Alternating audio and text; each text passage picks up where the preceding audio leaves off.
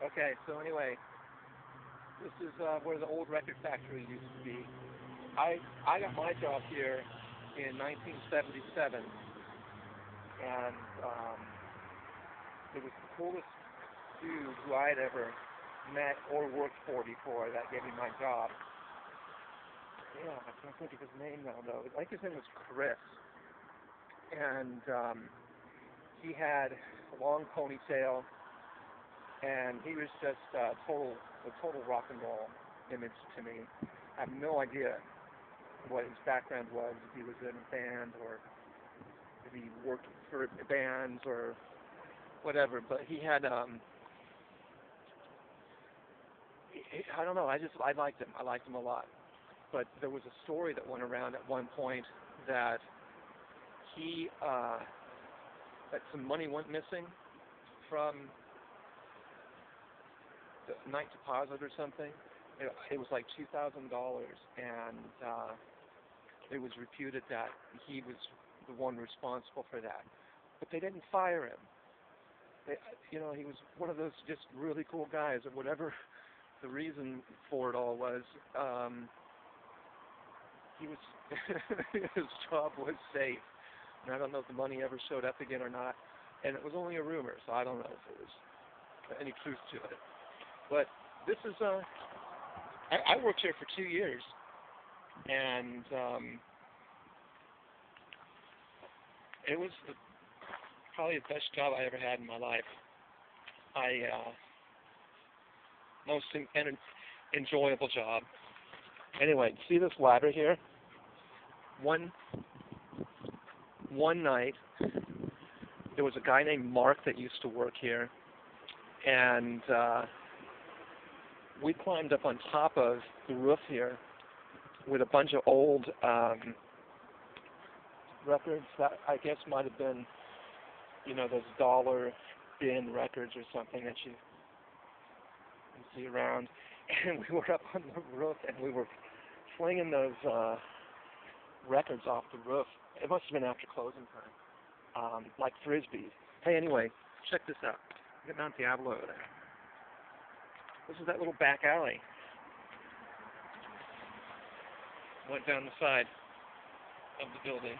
Here's the back of the building, for whatever this is worth. But anyway, the main things I remember about working with you, Stuart, were you and Chris Duran were buddies, and I can't remember for sure, but I think, didn't you used to work at Banana Records? And Chris got you a job here. I don't know, I can't remember. I'm sure I was working here before you were. But, I think that's important in any way, but I think you came here from Banana Records, and there was another guy from Banana Records who looked like Joey Ramone, although he was skinnier, he wasn't as tall, who had a band, a punk band, out of Benicia called Max Trash and the Goats. I don't remember the guy's name though. Greg. Actually, his name was Greg. He came from Banana Records too, or at least he worked at Banana Records and wanted to work here. But yeah, you and Chris were buddies, and I remember that you always talked about Genesis. Genesis was the big thing between you guys, and the one just image in my mind. Oh, check it out. We used to always smoke camels. And, okay, you probably can't see it, but over there across the street, that's where Cruchon's.